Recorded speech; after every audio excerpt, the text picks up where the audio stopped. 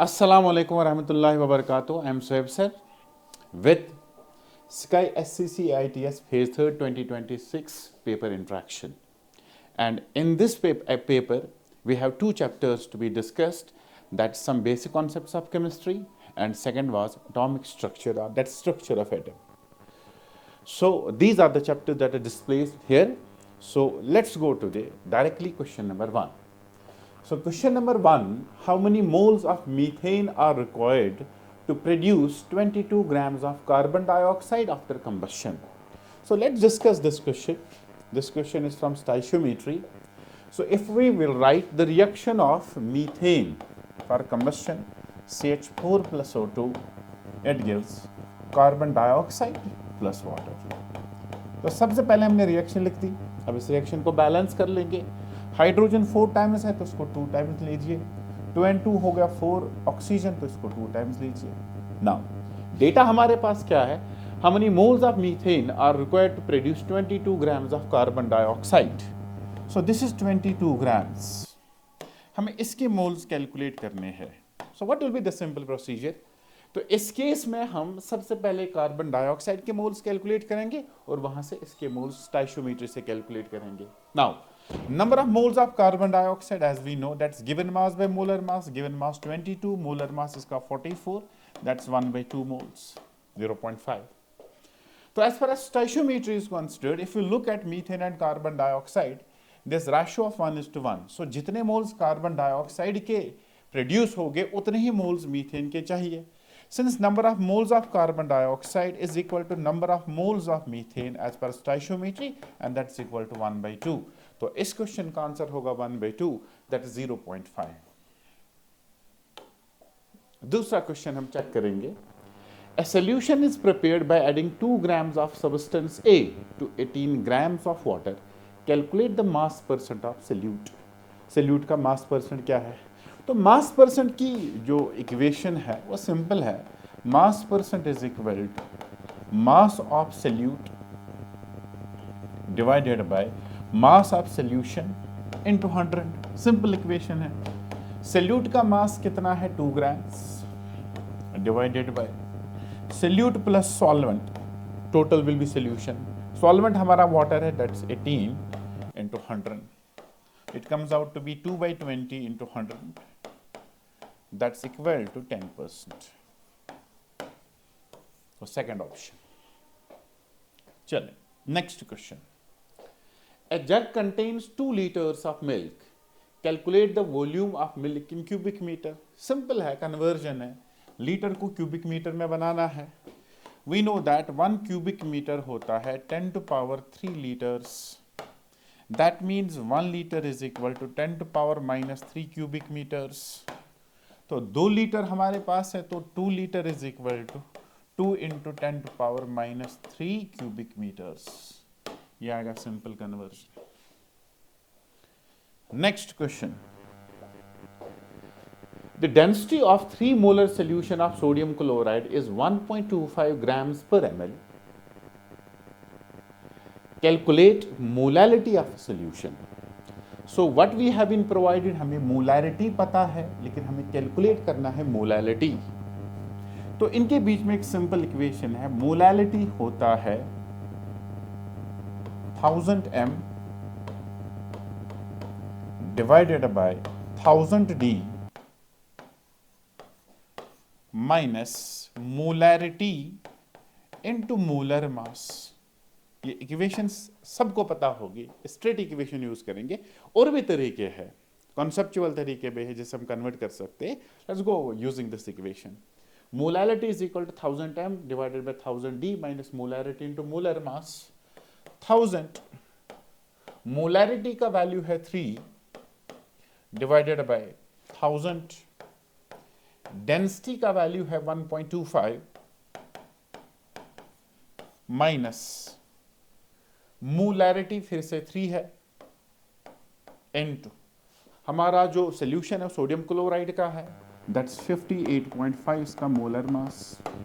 तो ये बनेगा 3000 डिवाइडेड बाय 1250 माइनस 58.5 इंटू 3 तो अगर हम इसकी बात करेंगे ये बनेगा 174.5। तो जब हम 3000 इज देयर, तो जब हम इसको कैलकुलेट करेंगे 1250 माइनस 174.5 होगा 3000 डिवाइडेड बाय 1250 हो गया अराउंड 1075 कुछ समथिंग। तो 1000 डिवाइडेड बाय 1075, तो जब हम इसको कैलकुलेट करेंगे ये 3 के क्लोज आ जाएगा, लेकिन 3 से कम होगा, तो अराउंड 2 पॉइंट समथिंग। सो 2 पॉइंट समथिंग का वैल्यू खाली एक ही ऑप्शन है, दैट्स 2.79।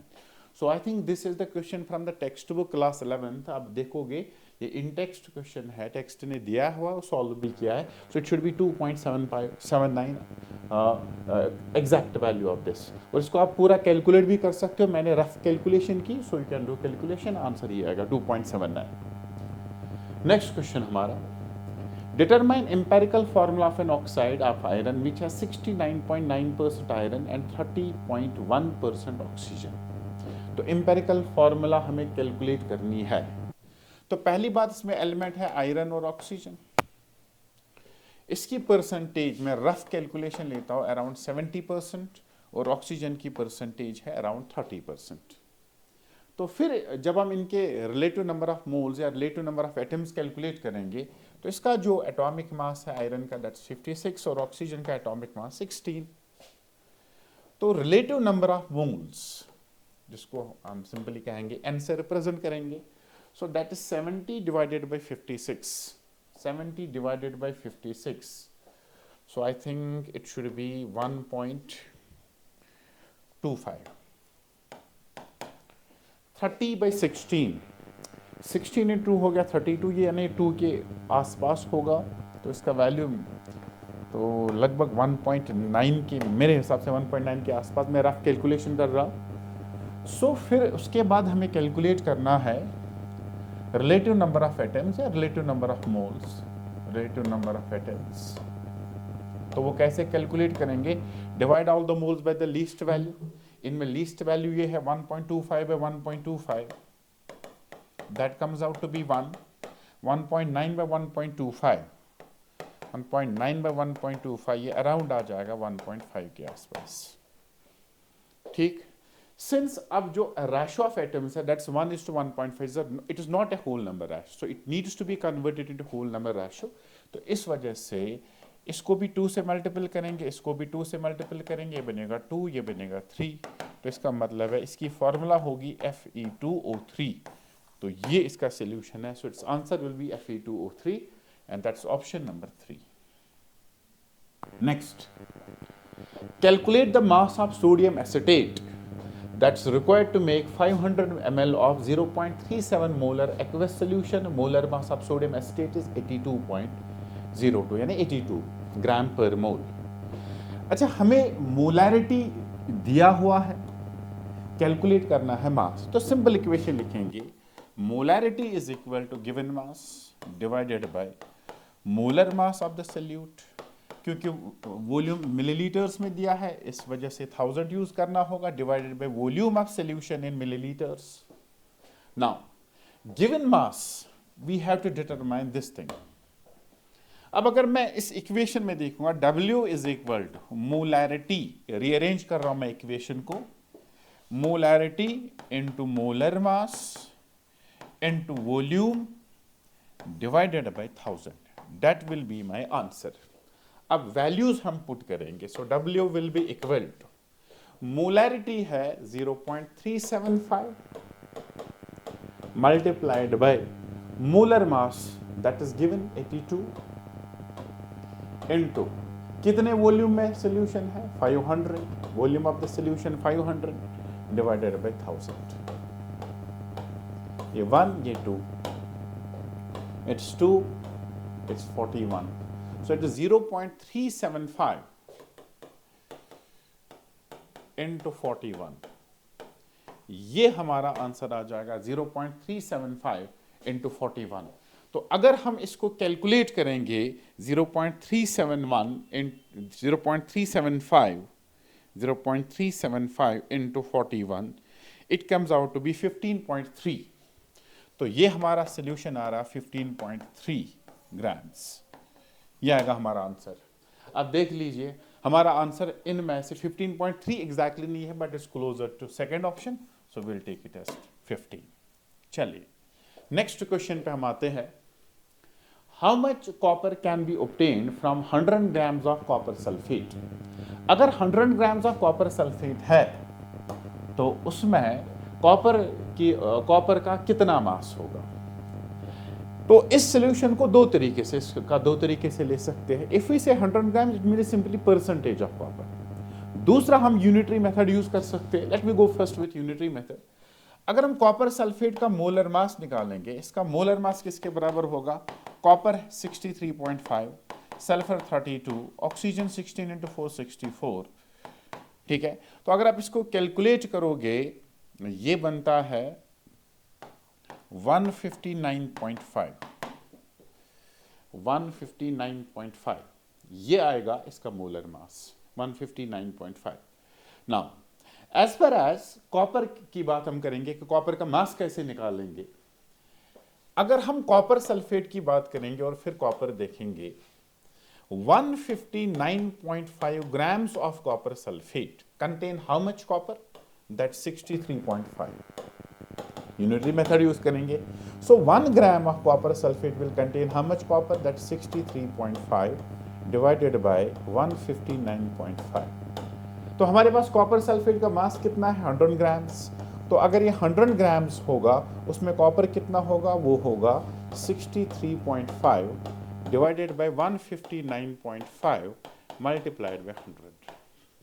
ठीक, तो अब अगर हम इसकी बात कर लेंगे, that will come out the mass of that will B mass of copper present in the 100 grams of copper sulfate. So 63.5 divided by 159.5 into 100, जब आप इसको कैलकुलेट करोगे इट विल बी अराउंड 40। ठीक है, बिकॉज कॉपर सल्फेट की percentage इसमें 40 होती, copper sulphate में कॉपर की परसेंटेज 40% होता है, so it will be around 40। तो इसका करेक्ट ऑप्शन 40 आ जाएगा, so you can calculate it. चलिए नेक्स्ट क्वेश्चन पे हम आते हैं। How is empirical formula of a compound related to its molecular formula? What is the relation between empirical formula and molecular formula? So molecular formula of a compound is equal to n multiplied with its empirical formula, where n होता है, n का value हो सकता है 1, 2, 3, 4 so on। ये relation इनके बीच में है। अब देखेंगे इनमें से कौन सी रिलेशन सही है। n is a positive integer. Empirical formula is molecular formula into n, no गलत है। Molecular formula empirical formula into n, yes सही है। So molecular formula बाकी तो obviously गलत होगी, तो second option is the correct. Next, a compound on analysis was found to contain carbon, hydrogen इतना, ऑक्सीजन इतना, कैलकुलेट इट्स एम्पेरिकल फार्मूला। फिर से दूसरा सवाल एम्पेरिकल फार्मूला का है। तो पहले हम एलिमेंट चेक करेंगे। इसमें एलिमेंट है कार्बन, हाइड्रोजन, ऑक्सीजन। कार्बन का परसेंटेज 34.6, हाइड्रोजन का परसेंटेज 3.85 और ऑक्सीजन का परसेंटेज है 61.55। ये है percentage of copper, hydrogen and oxygen. Carbon का जो एटॉमिक मास है दैट्स 12, हाइड्रोजन का एटॉमिक मास दैट्स 1, ऑक्सीजन का atomic mass that's 16। So this is percentage, this is atomic mass. अब हम इसके बाद क्या कैलकुलेट करेंगे? रिलेटिव नंबर ऑफ एटम्स या relative number of moles. So relative atoms कैसे आ जाएगा? That's percentage divided by atomic mass, 34.6 divided by 12, 34.6 divided by 12। तो जब आप इसको कैलकुलेट करोगे, 12 इंटू 3 हो गया 36 से 36 से कम है, तो मेरे हिसाब से 2.9 के आसपास, 2.8 कुछ आ जाएगा, 2.9 के आसपास आ जाएगा। मैं रफ कैलकुलेशन कर रहा हूँ। अच्छा, हाइड्रोजन 3.85 डिवाइडेड बाय 1 दैट्स 3.85, बिल्कुल बेसिक। अच्छा, 61.55 ऑक्सीजन की परसेंटेज डिवाइडेड बाय 16। देखिए 16 हाँ 3 हो गया 48, 16 इंटू 4 हो गया 64, लेकिन 64 से कम है, 3 पॉइंट कुछ होगा, तो 3 पॉइंट मुझे लगता है कि इसके आसपास आ जाएगा, तो मान लीजिए इट्स अराउंड इक्वल टू 3.85। ये आ गया रिलेटिव नंबर ऑफ एटम्स। अब हमें निकालना है simplest ratio of atoms, simplest ratio. तो सिंपलेस्ट रेशियो निकालने के लिए ऑब्वियसली फिर से हम इनमें से छोटे नंबर से सबको डिवाइड करेंगे, तो छोटा नंबर ये है 2.9 by 2.9 that's equal to 1, 3.85 divided by 2.9, तो जब आप इसको कैलकुलेट करोगे इट विल बी अराउंड 1.3 के आसपास, चलो 1.33 मान के जाएंगे, so again there it will be 1.33। लेकिन ये रेशो जो है ये फिर से होल नंबर रेशो नहीं आ रहा, इसको होल नंबर रेशो में कन्वर्ट करने के लिए I need to multiply this by 3, इसको भी 3 से मल्टीपल, इसको भी 3 से मल्टीपल, इसको भी 3 से मल्टीपल, तो ये 3 आएगा, ये आएगा 4, ये अभी आएगा 4, तो फॉर्मूला क्या बनेगी, that will B C3H4O4, C3H4O4, C3H4O4, कौन सा ऑप्शन आ रहा है, सेकंड ऑप्शन। चलिए अगेन आई रिपीट, मैं रफ कैलकुलेशन कर रहा हूं, you can do precise calculation, उससे आपका आंसर परफेक्ट आ जाएगा। वैसे यहाँ पे तो ऑब्वियसली आंसर ठीक ही आ गया, तो मैंने एक रफ कैलकुलेशन की, you can do precise calculation. चले next question, KClO3 on heating decomposes to give KCl and oxygen, but the volume of oxygen at NTP liberated by 0.1 moles of KClO3। तो सबसे पहले फिर से स्टोइचियोमेट्री का question है, तो सबसे पहले हमें रिएक्शन बनानी है। रिएक्शन का इंडिकेशन क्वेश्चन ने ही दिया है, KClO3 on heating decomposes to give KCl plus oxygen gas, ठीक। तो उसके बाद हमें रिएक्शन को बैलेंस करना है, तो बैलेंस करने के लिए हम यहां 2 लगा देंगे, तो ऑक्सीजन आ जाएंगे 6, ये आएगा 2 टाइम्स, ऑक्सीजन आ जाएगा 3 टाइम्स। नाउ अब क्वेश्चन क्या कह रहा है, what is the volume of oxygen at NTP liberated bye 0.1 moles of KClO3। अगर इसके 0.1 मोल्स है, मुझे इसका वॉल्यूम निकालना है, तो सिंपल सा क्वेश्चन है, इसके मोल्स गिवन है तो इसके मोल्स हम कैलकुलेट कर सकते हैं, फिर इसके मोल्स को कन्वर्ट कर देंगे वॉल्यूम में। So how we calculate the number of moles of oxygen, so number of moles of oxygen in this reaction is equal, इसके मोल्स है 3 डिवाइडेड बाय उसका कोएफिशिएंट है 2 मल्टीप्लाइड बाय इसकी गिवन मोल्स है 0.1, so that will be equal to 0.15। सो oxygen के कितने moles हमारे पास है, 0.15, लेकिन हमें वॉल्यूम चाहिए। We know that volume is equal to number of moles multiplied by 22.4, NTP given है, ठीक। so that's equal to 0.15 into 22.4, ठीक है। और जब आप ये कैलकुलेट करोगे it will be 0.3 something, 0.33 कुछ, not 0.3, it's 3.33, sorry, it's 3.3 litres के आसपास आ जाएगा, ठीक। so that is 3.3 liters, that's second option। ये होगा हमारा इसका करेक्ट आंसर। तो पहले हमने क्या किया, इसके मोल से कैलकुलेट कर दिया number of moles of oxygen, फिर number of oxygen of moles को हमने कन्वर्ट कर दिया वॉल्यूम में। So VO2 is equal to number of moles of O2, that 0.15 into 22.4, that comes out to be around 3.3। Next, the vapor density of a gaseous element is 5 times that of oxygen under similar conditions. If the molecule is triatomic, what will be its atomic mass? बड़ा अच्छा सवाल है, जबरदस्त सवाल है। सवाल कह रहा है a vapor density of a gaseous element is 5 times that of oxygen under similar conditions. The molecule is triatomic. Suppose हमारा गैस है X3 या मान लो A3. So vapor density of A3 is equal to 5 times vapor density of oxygen. Obvious. Under similar conditions, if the molecule is triatomic, what will be its atomic mass? मुझे A का atomic mass निकालना है। अच्छा, vapour density को relate किया है oxygen के साथ। अब ऑक्सीजन का वेपर डेंसिटी किसके बराबर है? We know that molecular mass होता है 2 into vapour density. So definitely इसका मतलब होगा वेपर डेंसिटी होता है molecular mass divided by 2। Oxygen का molecular mass we know it is 32, तो ऑक्सीजन की वेपर डेंसिटी होगी मॉलिक्यूलर मास, तो VD ऑफ ऑक्सीजन वो होगा इसका molecular mass 32 divided by 2, answer is 60, ठीक। सो 5 इंटू 60, ये बनेगा 80। सो वेपर डेंसिटी गैस की है 80। अब गैस का हम मॉलिक्यूलर मास निकालेंगे। मॉलिक्यूलर मास ऑफ A3 वो होगा 2 into its vapour density, that is 2 into 80, that comes out to be 160। तो इस गैस का मॉलिक्यूलर मास है 160, क्योंकि ये मॉलिक्यूलर फॉर्म है, ट्राई एटॉमिक एटॉमिसिटी इसकी 3 है, ट्राई एटॉमिक मॉलिक्यूल है। लेकिन हमें मॉलिक्यूलर मास नहीं निकालना, हमें एटॉमिक मास निकालना है। Since it is try atomic, ये A3 फॉर्म में है, सो मॉलिक्यूलर मास ऑफ A3 वो होगा 3 into atomic mass of A। तो हमें एटॉमिक मास निकालना है। So atomic mass of A will be equal to molecular mass of A3 divided by 3। So molecular mass है 160 divided by 3, 160 divided by 3 आएगा 53.33। ठीक, 53.33, that's option number 3। ठीक है, तो पहले हमने ऑक्सीजन से हमने मॉलिक्यूलर मास तो ऑक्सीजन का पता, उससे हमने ऑक्सीजन की वेपर डेंसिटी निकाली और इससे हमें वेपर डेंसिटी A3 की आई। फिर हमने इसका मॉलिक्यूलर मास कैलकुलेट किया और मॉलिक्यूलर मास से हमने एटॉमिक मास कैलकुलेट किया, that comes out to be 53.33। यह आंसर इसका। चलिए next question. A flask P contains 0.5 moles of oxygen gas. Okay, flask P इसमें है 0.5 moles of oxygen gas. ठीक, another flask Q, it contains 0.4 moles of ozone. 0.4 moles of ozone. Which of the two flasks contain greater number of oxygen atoms? तो कहाँ पे oxygen atoms का number ज्यादा होगा? तो एटम्स कैसे कैलकुलेट करते हैं? सो एटम्स का जो कैलकुलेशन होता है, that's equal to number of molecules multiplied by atomicity, simple basic formula.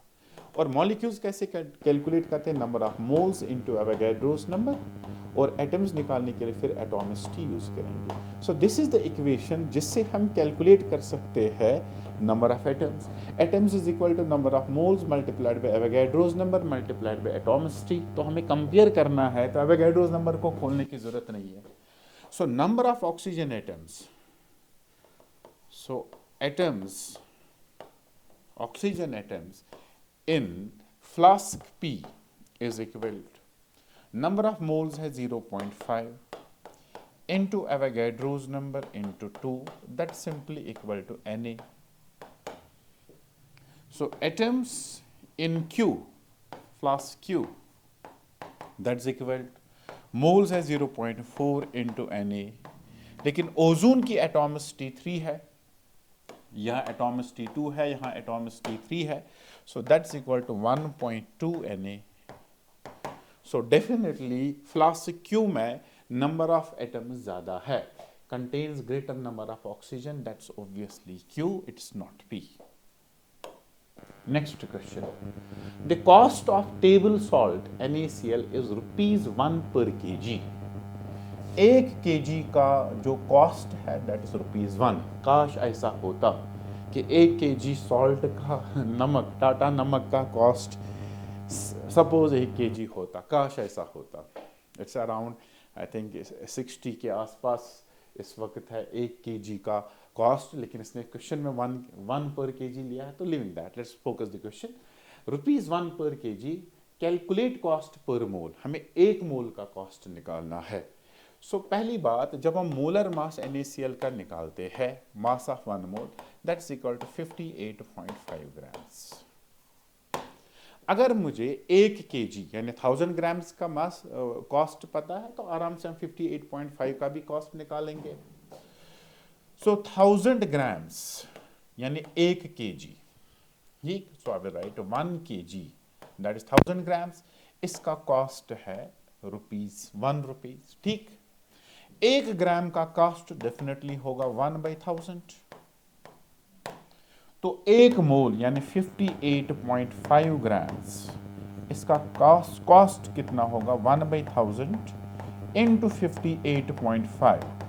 जब आप ये कैलकुलेट करोगे 58.5/1000, that will come out to be 0.0585। ये आएगा मेरा आंसर। तो इतना ₹1 का कॉस्ट होगा, ठीक, 0.0585।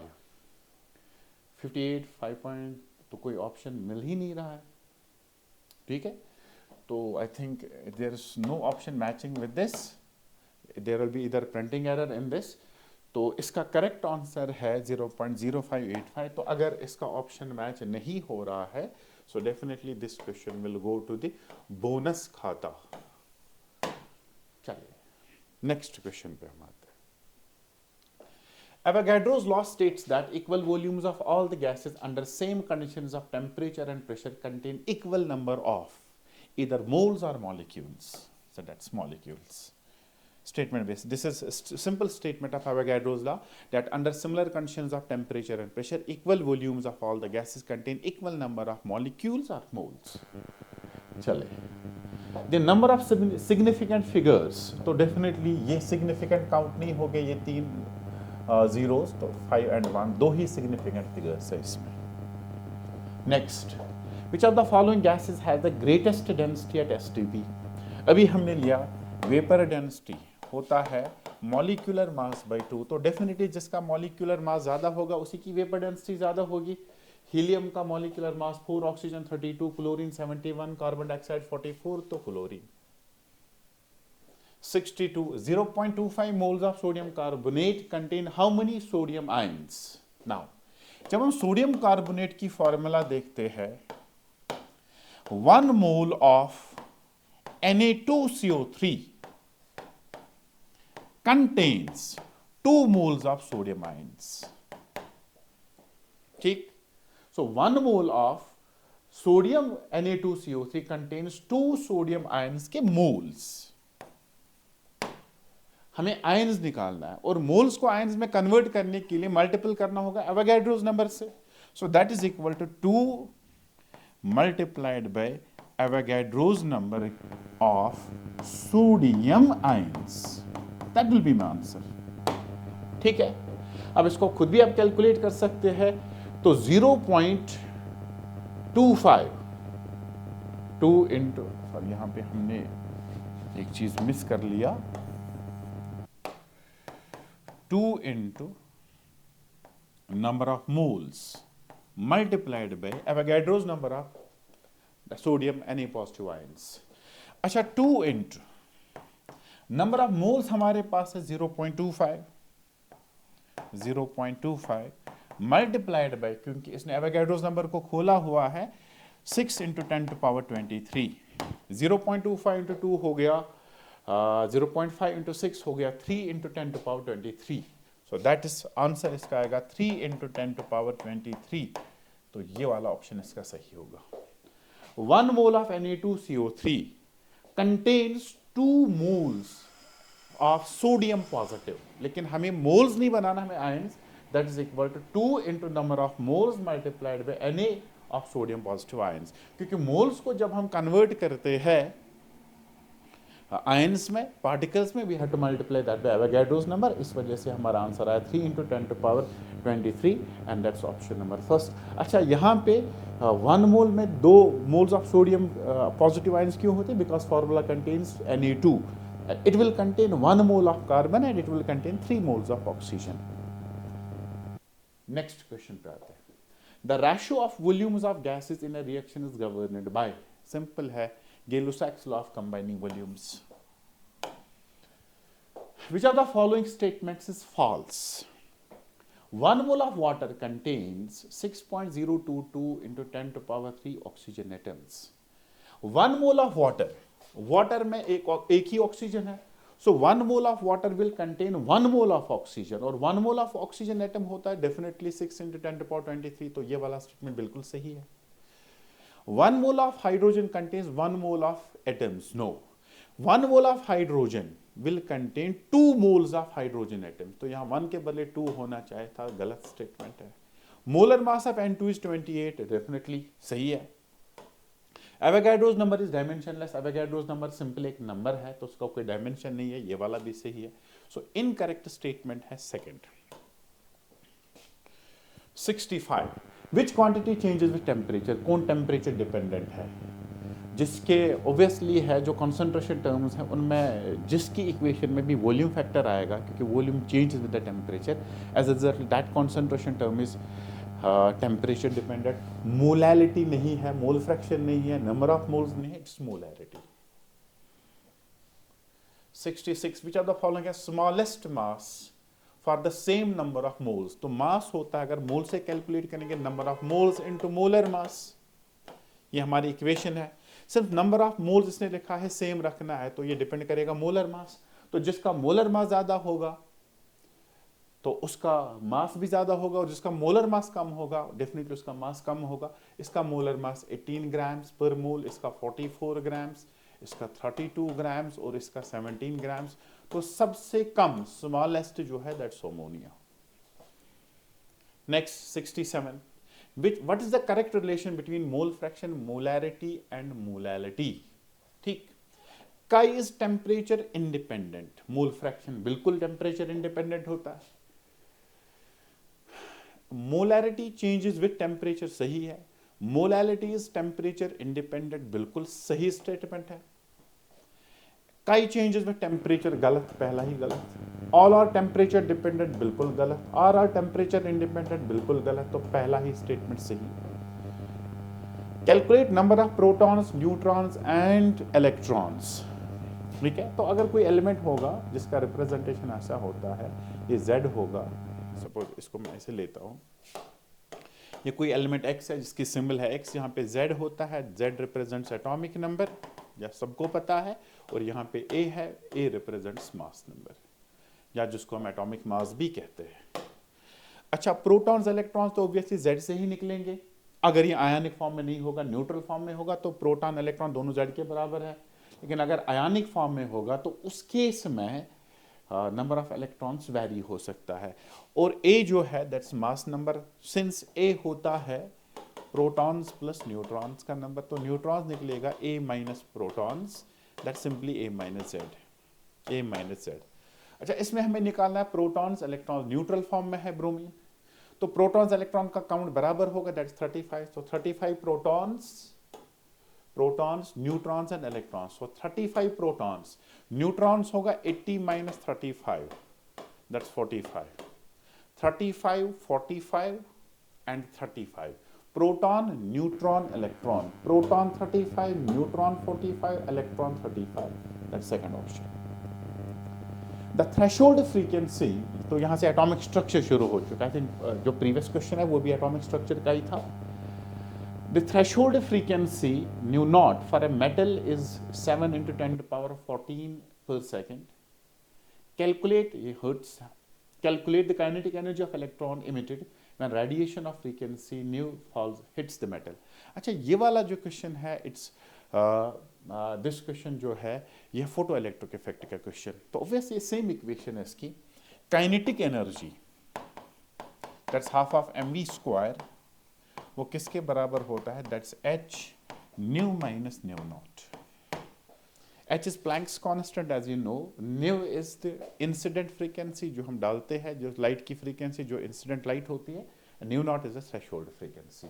तो हमें काइनेटिक एनर्जी कैलकुलेट करना है। तो काइनेटिक एनर्जी का वैल्यू होगा सिंपली h का value as you know 6.6 into 10 to power minus 34। ठीक, फ्रीक्वेंसी, इंसिडेंट फ्रीक्वेंसी है 1 into 10 to power 15 पर सेकेंड, और जो थ्रेशोल्ड है that is 7 into 10 to power 14। तो पहले इन दोनों का यूनिट सेम रखेंगे, इसका वैल्यू ज्यादा है तो इसको 14 में लाएंगे। अगर इसको 14 में लाएंगे तो it will become 10 into 10 to power 14 minus 7 into 10 to power 14। ये इक्वेशन बनेगी और इससे हमें काइनेटिक एनर्जी का वैल्यू मिल जाएगा। जो थोड़ा सा कैलकुलेशन कर लेंगे तो ये बनेगा 6.6 into 10 to power minus 34 into 3, 10 minus 7 हो गया 3 into 10 to power 14। तो फिलहाल ये इक्वेशन आ रहा है। तो 6.6 into 3 हो गया 19.8, 19.8 into 10 to power minus 34, 14 हो गया -20। तो आंसर इसका डेफिनेटली जूल्स में आएगा because we have used SI systems. 19.8 into 10 to power minus 20 joules इसका आंसर आ जाएगा। -20 तो कहीं ऑप्शन है नहीं, लेकिन अगर हम इसको साइंटिफिक नोटेशन में लाएंगे तो it will become 1.98 into 10 to power -19 joules, क्योंकि हमने डेसिमल यहां से लिया है, तो that option is option number 3। ये आएगा हमारा ऑप्शन इसका। चलिए अगले क्वेश्चन पे आते हैं। What is the wavelength of a photon emitted during a transition from n is equal to 5 to the n is equal to 2 in the hydrogen atom? इसको दो तरीके से कर सकते हैं। एक तो डायरेक्टली हम एनर्जी वाली इक्वेशन यूज कर सकते हैं, और दूसरा we can use the equation of spectrum, hydrogen spectrum, और वो वाली इक्वेशन बिल्कुल आसान है, उसी को हम यूज करेंगे। n is equal to 5 to n is equal to 2, as far as that equation is considered, तो पहले हम रिलेशन हमें कैलकुलेट करना है वेवलेंथ सीधा कैलकुलेट करना है। इक्वेशन है nu bar wave number is equal to 1 by lambda that is equal to RH Rydberg's constant into 1 by n1 square minus 1 by n2 square using this equation। ठीक है, तो Rydberg's constant का value होता है, इसका जो value होता है दैट्स 1.1 into 10 to power 7। ठीक, तो वो इसका वैल्यू है, वो यूज करके हम क्वेश्चन को सॉल्व कर सकते हैं। लेकिन जब हमें इस स्पेक्ट्रम के रिलेटेड क्वेश्चंस करने होते हैं, एक बात मेरी याद रखिएगा, शॉर्टकट है, sometimes we need to calculate 1 by r। 1 by r होता है, अगर हम एंगस्ट्रॉम की बात करेंगे, इट्स अराउंड 912 एंगस्ट्रॉम्स के आसपास। अगर हम एंगस्ट्रॉम्स की बात कैलकुलेट करेंगे 912, और यू कैन यूज 910, इससे ये कैलकुलेशन आसान हो सकती है। So what we have to do, we have to determine wavelength, use the equation 1 by lambda is equal to R into, कहाँ जा रहा है 1 by 2 का स्क्वायर माइनस 1 by 5 का square. So 1 by lambda is equal to R, पहले इस वाले को सॉल्व करेंगे तो होगा 25 माइनस 4 हो गया 21 डिवाइडेड बाय 4 इंटू 25 हो गया 100, क्योंकि we have to calculate a lambda.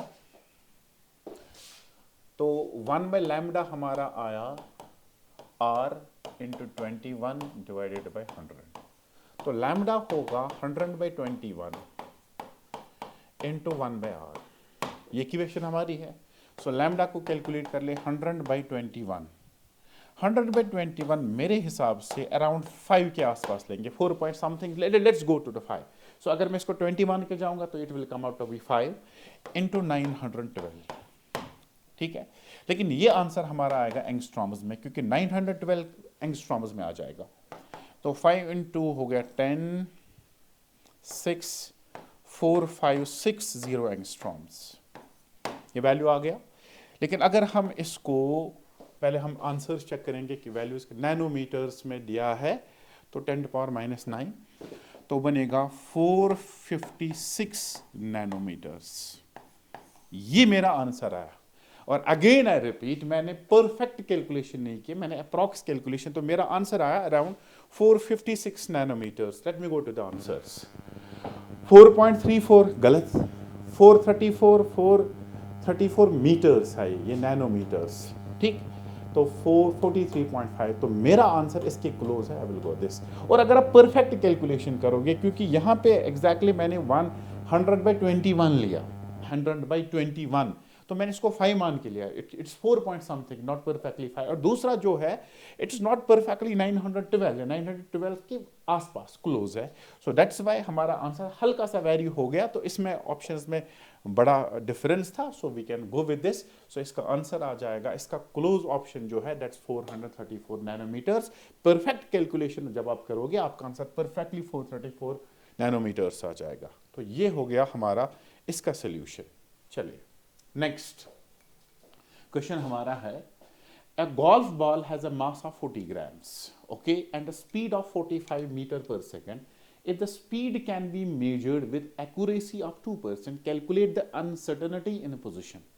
हमें uncertainty in the position, इसका मतलब है क्वेश्चन है Heisenberg's uncertainty principle। पहले अगर मैं उसकी इक्वेशन लिख लेता हूँ, delta x into delta v is equal to h by, it's actually greater और इक्वल टू, लेकिन इक्वेशन हम लिखेंगे equal to h by 4 pi m।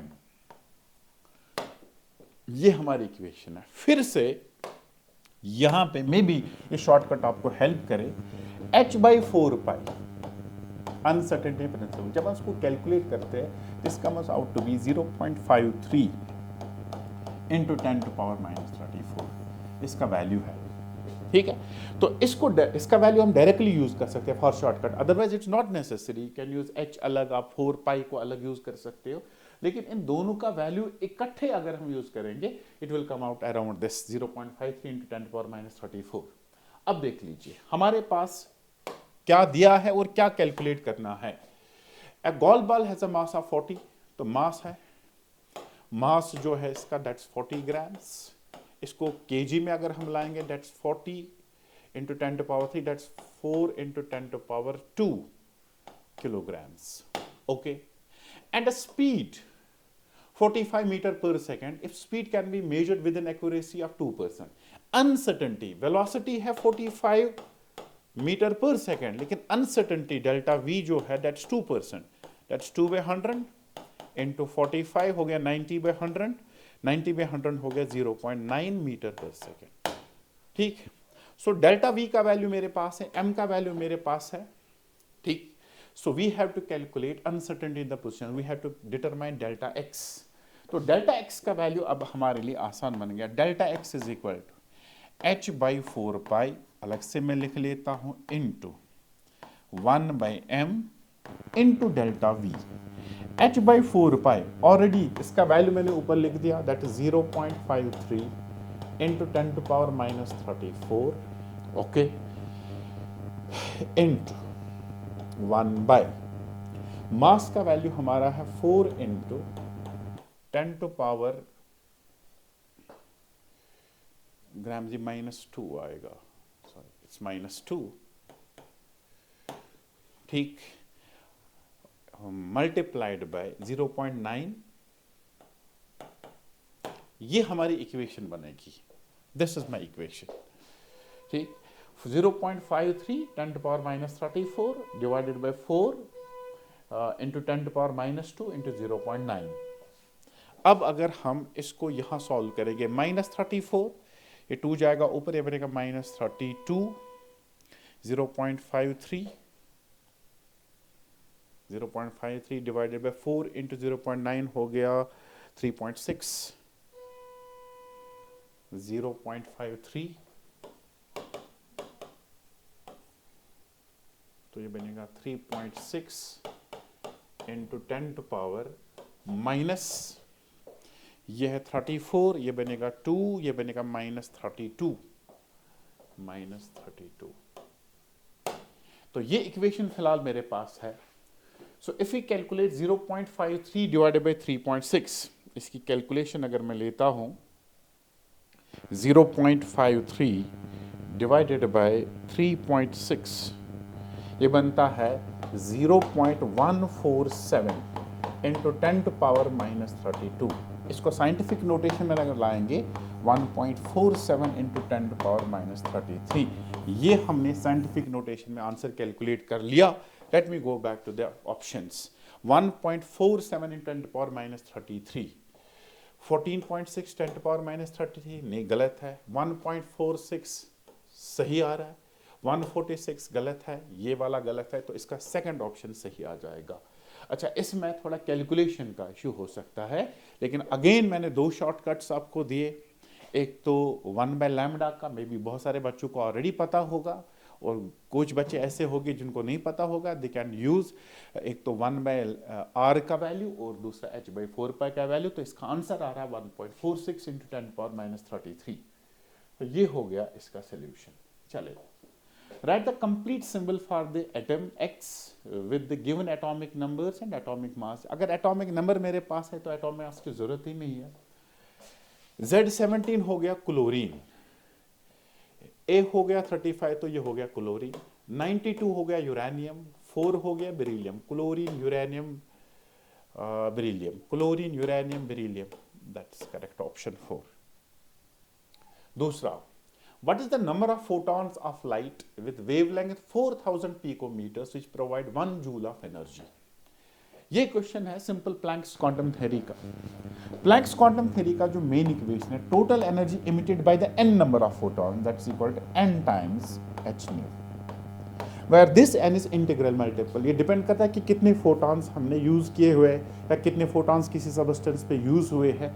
N is positive integer, its value can be 1 2 3, nothing between 1 and 2, that is basics of the quantization.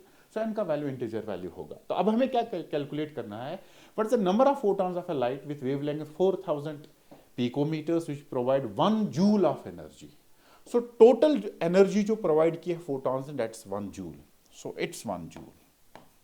Okay, energy 1 joule है।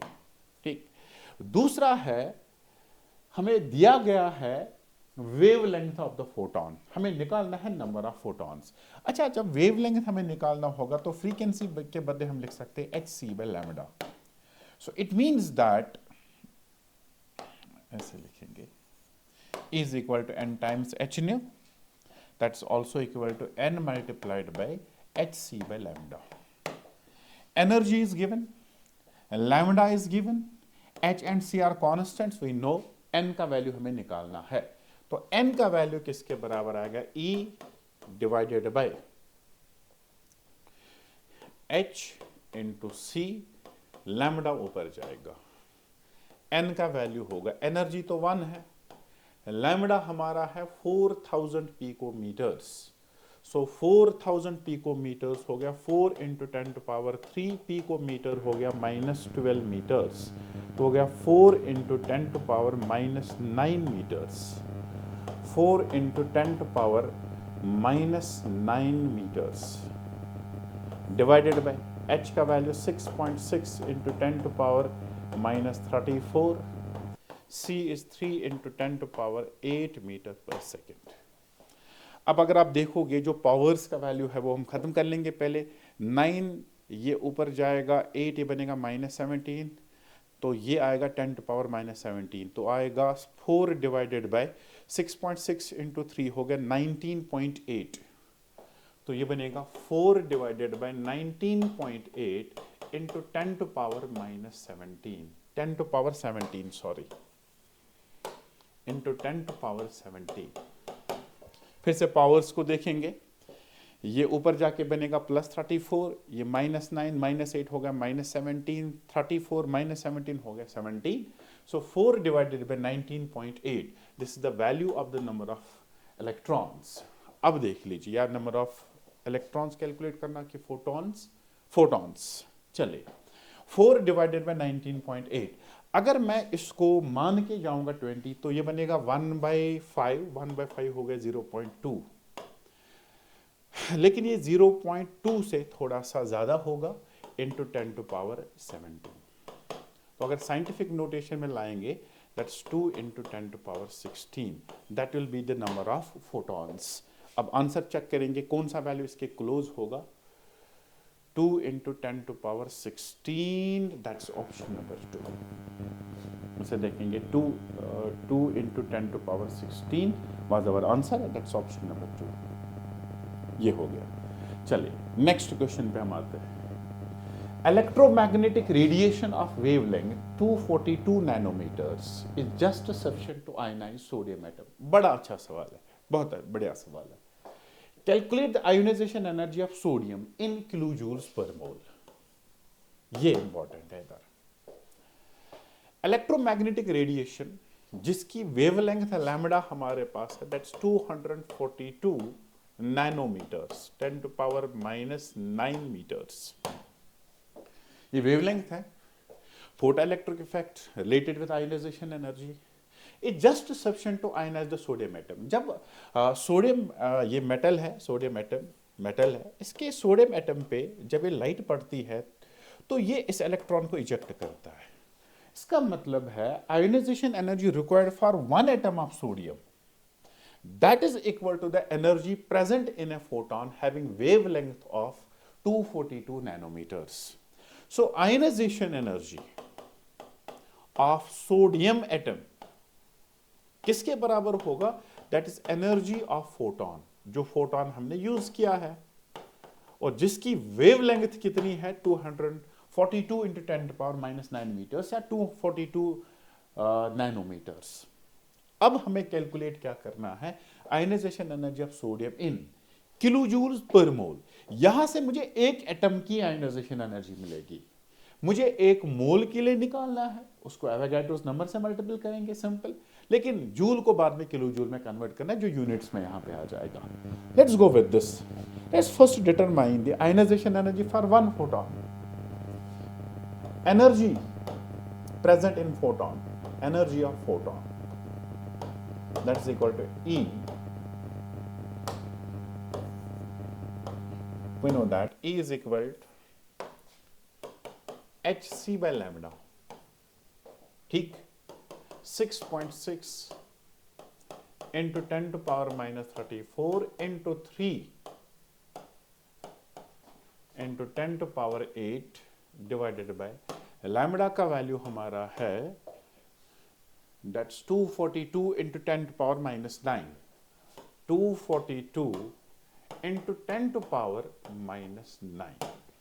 अब cancellation पहले powers का कर लेंगे, ऊपर 6.3 हो गया 19.8 डिवाइडेड बाय 242 इंटू 9, ये जाएगा ऊपर 8, 9 और 8 हो गए 17, वो माइनस 34 है तो बनेगा 10 टू पावर माइनस 17, आंसर आ जाएगा जूल्स में। तो फिलहाल हमारा आंसर ये है। So we are going to calculate this 19.8 divided by 242, 0.081 into 10 to power minus 17 joules, ये हमारा आंसर आ जाएगा। फिर अगर हम इसको साइंटिफिक नोटेशन में लाएंगे 8.1 into 10 to power minus 19 joules, ये आ गया एनर्जी ऑफ द फोटॉन जिसने स्ट्राइक किया है सोडियम मेटल को। और यही एनर्जी जब उसने सोडियम को दिया, electron has been ejected, so this is equal to the ionisation energy of one atom of sodium. So therefore ionisation energy of sodium atom is equal to 8.1 into 10 to power minus 19 joules, ठीक। अब अगर इसको kilo joules में लाएंगे, divide करना होगा 1000 से, so 8.1 into 10 to power minus 22 kilo joules. अब हमें एक मोल के लिए निकालना है, therefore ionisation energy per mole is equal to 8.1 into 10 to power minus 22 kilojoules multiplied by 6 into 10 to power 23। Avogadro's number कहाँ से लाया मैंने, क्योंकि अब एक मोल के लिए निकालना है। 86 हो गया 46, 8 into 6 हो गया 48, तो ये बनेगा 48.6 into 10 to power 1 माइनस 22, ये खत्म हो जाएगा, इंटू 10 तो बनेगा 486 किलो जूल्स पर मोल। ये हमारा आंसर आएगा 486 किलो जूल्स पर मोल, ये हमारा आंसर आ जाएगा। अगेन ऐसे कि मैंने परफेक्ट कैलकुलेशन नहीं, परफेक्ट वैल्यूज नहीं लिए, वी विल सी कि कौन सा आंसर इसके आसपास होगा। लेट मी चेक द कौन सा आंसर इसके पास। 486 हमें आ गया आंसर, 242, 821, 560, 486 या 494, इसका मतलब इसका ऑप्शन थर्ड ऑप्शन आएगा। अगेन आई रिपीट, फिर से अगर आप कैलकुलेशन परफेक्टली करोगे आपको आंसर मिलेगा। तो आंसर हमारा इसके आसपास है क्योंकि हमने परफेक्ट कैलकुलेशन नहीं की, परफेक्ट वैल्यूज नहीं लिए। 6.022 के बारे में मैंने 6 लिया और वहां पे 8.0.081 कुछ और था, मैंने 0.081 सिंपली लिया। So that's answer 494। चलिए नेक्स्ट सवाल पे हम आते हैं। Calculate wavelength of an electron moving with a velocity of 2.05 into 10 to power 7. Lambda calculate करना है, velocity is given 2 into 10 to power 7 meter per second. तो lambda calculate करना है। So lambda कैसे calculate करेंगे? ये simple equation है D Broglie's. D Broglie's equation का सवाल। डी ब्रोगलीज इक्वेशन है h is lambda is equal to h divided by momentum that is equal to h divided by m into v। Lambda calculate करना, h तो constant है, velocity is given. अब mass की बात करेंगे, mass of electron that's a constant number, वो हमारे पास है, उसको यूज करके हम इसका लैम्डा कैलकुलेट करेंगे। Lambda is equal to 6.6 into 10⁻34 divided by mass of electron kg में लेना पड़ेगा क्योंकि ऐसा सिस्टम है। सो मास ऑफ इलेक्ट्रॉन है 9.1 इंटू 10⁻31 किलोग्राम में है। वेलोसिटी है 2 इंटू 10⁻7, तो ये बनेगा 6.6 डिवाइडेड बाय 18.2 इंटू, तो ये ऊपर जाके माइनस बनेगा, हो गया 34 माइनस 7 हो गया 41 माइनस, तो ये आएगा 10⁻⁻10।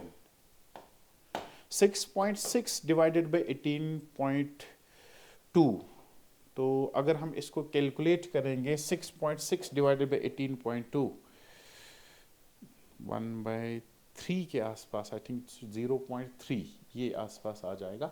चलिए मान के जाएंगे 0.3 कुछ 0.35 मान के जाएंगे इंटू 10⁻⁻10, ये आएगा हमारा आंसर।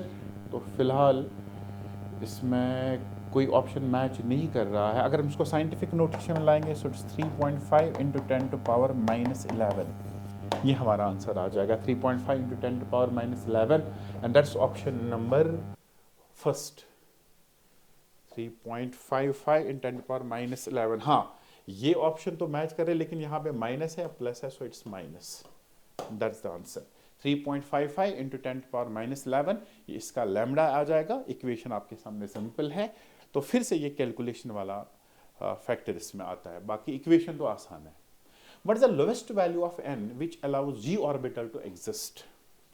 किसी भी सबशेल को एग्जिस्ट करने के लिए लोवेस्ट वैल्यू ऑफ n क्या होता है? That is simply l+1। l का वैल्यू अगर आप पता है तो आप निकाल सकते हो।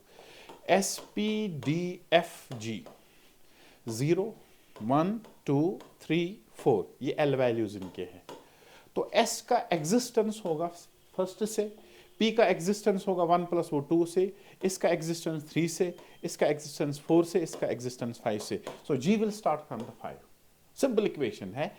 l कहां से, किस n से, यानी कौन सी सबशेल किस शेल से स्टार्ट होगी, दैट इज सबशेल वैल्यू, जो इसका l वैल्यू है इसको 1 ऐड करना है। यानी s will start from the first shell, P will start from second, D will start from third, F will start from 4 and G will start from 5. तो G will start from 5. तो G का जो L value है that is 4, 4 + 1 is equal to 5.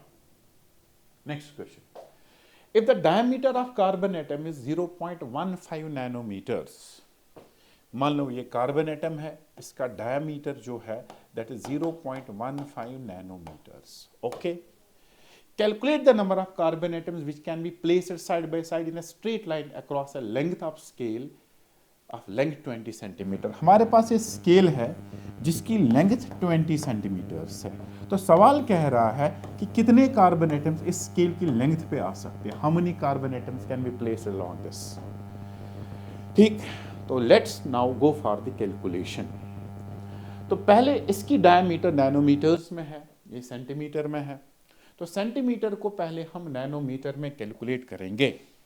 और कैसे calculate करेंगे, simple है, 20 centimetre इसको मीटर में लाइए, that's 20 divided by 100, 2/10, that 0.2 metres. और 1 मीटर होता है 10⁹ नैनोमीटर्स, तो ये बनेगा 0.2 into 10⁹, which is equal to 2 into 10⁸, ये आएगा 2 इंटू 10⁸ नैनोमीटर्स। ठीक, अब इसी की कैलकुलेशन हमें लेनी है। Length of the scale 20 centimetre, that's 2 into 10⁸ nanometres. अब इसकी इक्वेशन अगर हम बना देंगे, total length of the scale, L of the scale, is equal to number of atoms of carbon multiplied by diameter of carbon atom. तो ये कितना आया, that's 2 into 10⁸ नैनोमीटर्स, तो नैनोमीटर्स में हमने लाया, नंबर ऑफ एटम्स हमें निकालना है, डायमीटर है 0.15 nanometers. So number of carbon atoms will be 2 divided by 0.15 into 10 to power 8. 2 divided by 0.15, तो जब 2 डिवाइडेड बाई 0.15 ये आता है 13 पॉइंट कुछ 13.2 आसपास इंटू 10 टू पावर 8, तो बनेगा 1.32 into 10 to power 9 atoms.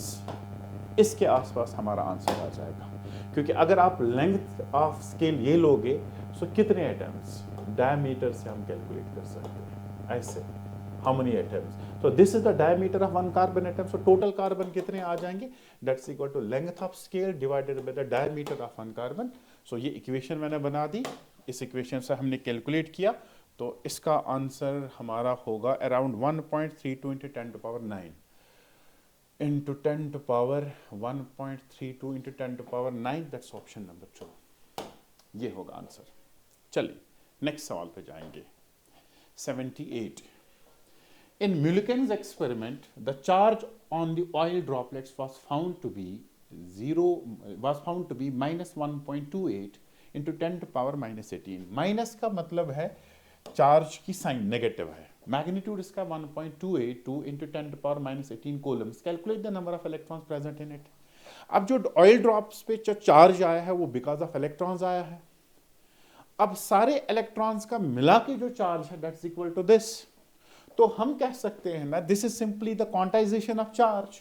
Total charge जो भी बना है that is equal to n multiplied by electronic charge, where n जो है it should be positive integer.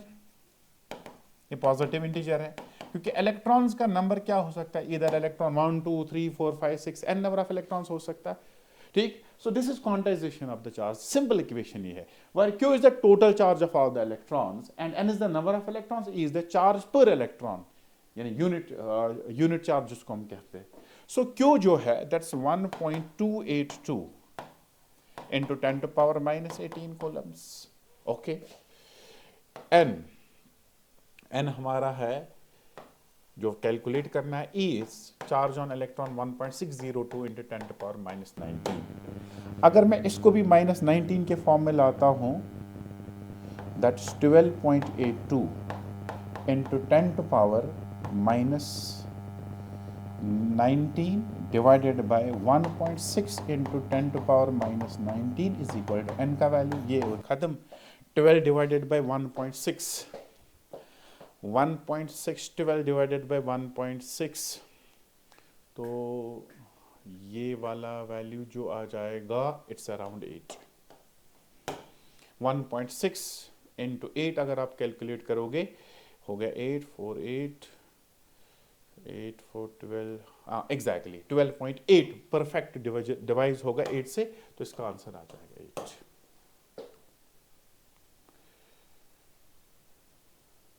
अच्छा, इस सवाल में मैं जाऊंगा 0.8 can not be the answer, ये फिर से 0.8 या तो 8 या तो 16, तो इसका आंसर 8 ही आ जाएगा।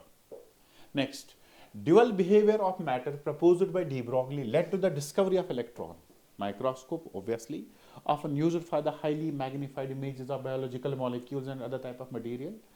चलिए, if the velocity of electron in the microscope is इतना 1.6 into 10 to power 6, calculate de Broglie's wavelength associated with this electron। अच्छा, ये टाइप का सवाल दूसरी बार आ गया। de Broglie's wavelength निकालना है, that's equal to h by momentum, mass into velocity, ठीक, m into v। अच्छा, h का value 6.6 into 10 to power minus 34, mass is 9.1 into 10 to power minus 31, velocity है 1.6 into 10 to power 6। ये हमारा equation बनेगा। तो 6.6 9 into 1.6, पहले हम पावर्स खत्म करेंगे, ये जाएगा 40, तो ये 10 to power minus 9 बनेगा। So 6.6 divided by 9.1 into 1.6, ठीक।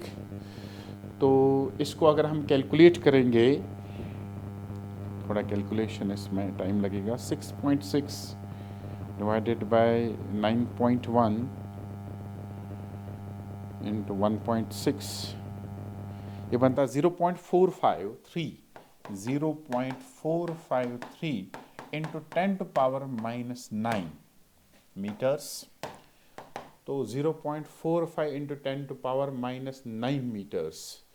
पिकोमीटर्स में वैल्यू है, सेंटीमीटर्स में तो पिकोमीटर्स में अगर हम इसको लाएंगे तो पिकोमीटर्स में इसको मल्टीपल करना होगा, that 0.453 into 10 to power minus 9 into 10 to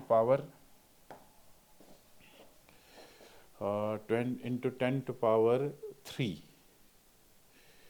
इसको ऐसे ऐसे हम लेंगे, अगर इसको पिकोमीटर्स में लाना है 0.453 हमारा आंसर आया, 10 to power minus 9 meters, so that will be equal to 453 picometers, क्योंकि picometers है of the order 10 to power minus 12, तो इस वजह से जब हम इसको पिकोमीटर में कन्वर्ट करेंगे इसका वैल्यू आएगा 453।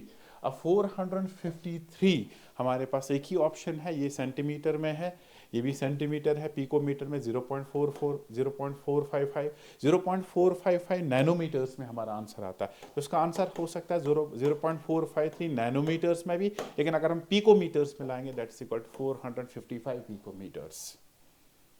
चलिए नेक्स्ट क्वेश्चन हमारा क्वेश्चन नंबर 80.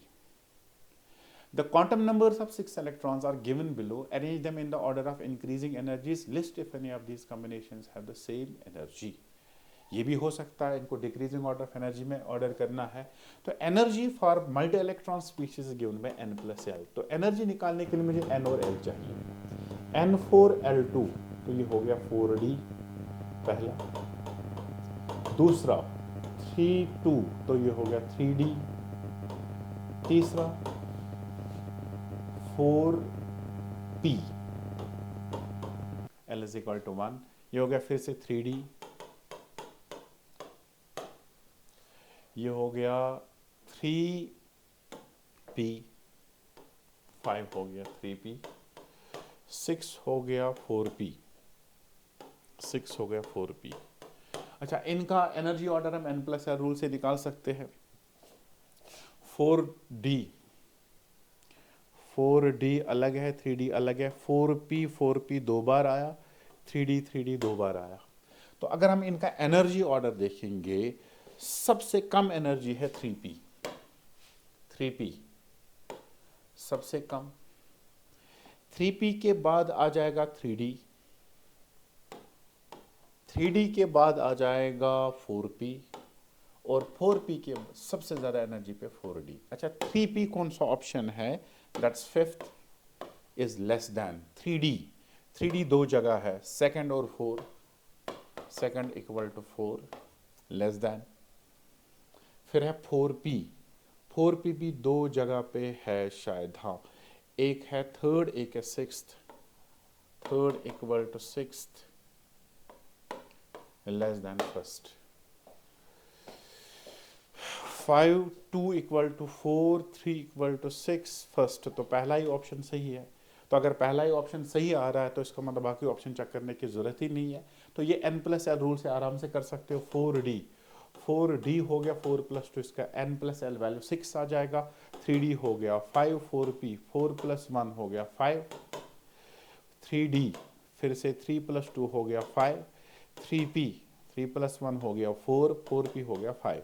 अच्छा, जब n+l का वैल्यू सेम रहता है देन वी यूज n, जिसका n वैल्यू कम होगा उसकी एनर्जी कम होगी, तो ये हमने अरेंजमेंट किया ऑर्बिटल्स का increasing order of their energies. चलिए question number 81, the number of radial nodes. किसी भी ऑर्बिटल में रेडियल नोड्स कैसे निकालते हैं, n - l - 1, सिंपल इक्वेशन है 4d 4 - 2 - 1 4 - 3 that's equal to 1। Next, which are the following is true about isotopes. Isotopes क्या होते हैं, एटॉमिक नंबर सेम लेकिन मास नंबर या एटॉमिक मास डिफरेंट है, सेम मास नंबर ना गलत है, atomic number same number of protons okay, different number of neutrons, जब मास नंबर अलग है तो न्यूट्रॉन्स डिफरेंट हो गए, तो ये वाला फिलहाल सही ऑप्शन बैठ रहा है। Same number of neutrons no, isoneutron को कहते हैं isotones, different number of electrons ना, second option is correct. The number of radial nodes, फिर से equation n minus L minus one, 3 n value है, l का value 0 minus one, 3 minus one हो गया 2. Which are the following sets of quantum numbers is not possible? n का value 2 है, अगर n 2 है, l हो सकता है 0 and 1, सही है, तो ये वाला सही है. n is equal to 3, l हो सकता है 0, 1 and 2, 0 भी पॉसिबल है, 1 भी पॉसिबल है, 2 भी पॉसिबल है, तो सही है. m वैल्यू भी बाद में सही है, तो okay. n is equal to 3, अगर n 3 है, l होगा 0, 1, 2, लेकिन यहाँ l 3 है, तो ये वाला पॉसिबल नहीं है. n 4 है, l हो सकता है 0, 1, 2, 3, 3 तक पॉसिबल है, यहाँ 2 है तो सही चलेगा, ये वाला भी सही है. तो इसमें कौन सा ऑप्शन गलत है? दैट सेकंड ऑप्शन, ये वाली कॉम्बिनेशन पॉसिबल नहीं है. So third option is the correct. 85. Which of the following will have the shortest wavelength? Shortest wavelength किसकी होगी? शॉर्टेस्ट वेवलेंथ ऑब्वियसली है जिसकी एनर्जी ज़्यादा है, hc/λ. तो इनमें जो शॉर्टेस्ट वेवलेंथ है जिसकी एनर्जी सबसे ज़्यादा है, दैट्स एक्स रेज. ये सिंपल है, इलेक्ट्रोमैग्नेटिक स्पेक्ट्रम का order. 86. Which quantum number determines the shape of orbital? Shapes of orbitals are decided by azimuthal quantum number, angular momentum quantum number. That's the second one.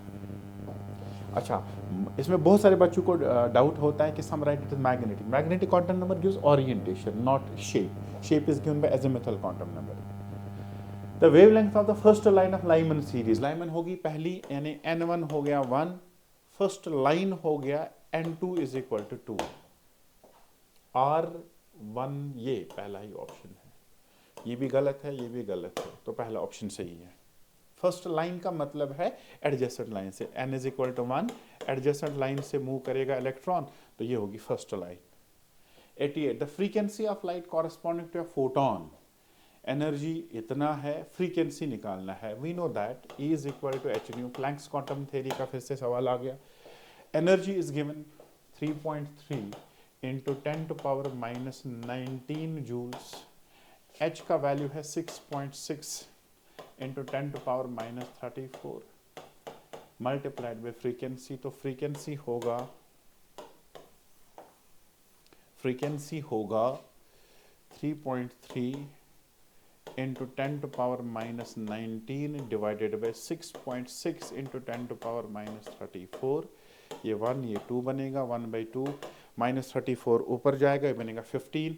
1/2 into 10 to power 15, तो 0.5 into 10 यानी 5 into 10 to power 14 पर second answer आएगा, या 5 into 10 to power 14 पर second का दूसरा नाम hertz. 5 into 10 to power 14 hertz. That's पहला ही ऑप्शन सही है. 89. A photon has the wavelength of 400 nanometers. Its energy is. Photon energy calculate करना है, फिर से क्वांटम थ्योरी, hc/λ, क्योंकि वेवलेंथ दिया है h 6.6 into 10 to power minus 34, 3 into 10 to power 8 divided by lambda. Wavelength है 400 नैनोमीटर्स, तो वो हो गया 4 into 10 to power 7 metres, 4 10 to power minus 7 metre, sorry. ये आ गया हमारा इक्वेशन. तो ये जाएगा ऊपर, ये बनेगा 815, तो ये होगा 19.8 डिवाइडेड बाई 4 इंटू माइनस 34, ये बनेगा 15, ये बनेगा 10 टू पावर माइनस 19. तो अगर मैं इसको 20 मान के जाऊंगा तो 5 इंटू 10 टू पावर माइनस 19 के आसपास, 5 into 10 to power minus 19 joules के आसपास. दैट्स ऑप्शन नंबर 3 ना. 5.25, 4.97, इट्स 19.8, क्योंकि दो वैल्यूज बिल्कुल क्लोज है, तो यहाँ परफेक्ट जानने की जरूरत है. 19.8 इसका मतलब है 20 नहीं है, 20 से कम है, इसका मतलब है ये 5 पॉइंट से थोड़ा सा कम आ जाएगा, 5 से ज़्यादा नहीं आएगा. So that is 4.97. तो अगेन आई रिक्वेस्ट, अगर क्लोज ऑप्शंस है फिर डन से कैलकुलेशन कर लीजिएगा, ठीक. सो दैट्स 4.97, बिकॉज अगर ये 20 होता तब ये परफेक्टली 5 होता, लेकिन ये 19.8 है, ये 20 से कम है, तो इसका मतलब 5 से कम आ जाएगा, दैट विल बी 4.97 परफेक्टली. चलिए 90. The ratio of the energies of photons of wavelength 400 nanometers and 800 nanometers. अगर वेवलेंथ है तो इक्वेशन बनेगी hc by lambda 1 E2 होगा hc by lambda 2.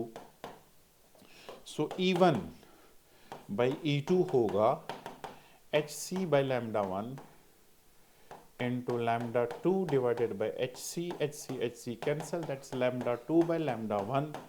lambda 2 हमारा है 800, lambda 1 है हमारा 400, that's equal to 2 by 1.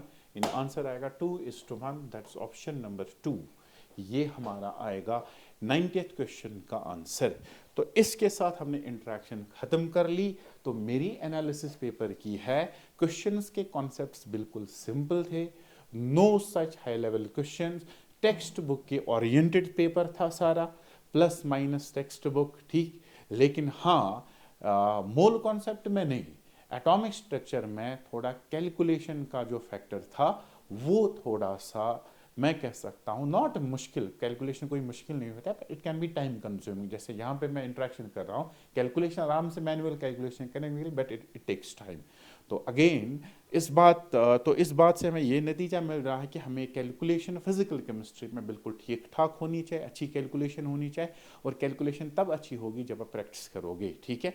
सो इस पेपर में मैंने अपनी अप्रॉक्स कैलकुलेशन की, जिसकी वजह से आंसर्स क्लोज आए. You can do your exact calculation. जब आपको लगेगा कि आंसर बिल्कुल क्लोज मैच हो रहे, then you can go with your accurate calculation, ठीक है. तो फिर से मैं कहूँगा कि मैंने इस कैलकुलेशन में अपनी अप्रॉक्स कैलकुलेशंस यूज़ की. You can use your accurate calculation, और कैलकुलेशन पे थोड़ा सा प्रैक्टिस कर लीजिएगा, तो वैसे आपकी कैलकुलेशन मुझसे तो एटलीस्ट बेहतर होगी. Thank you so much. दुआ में याद रखिएगा.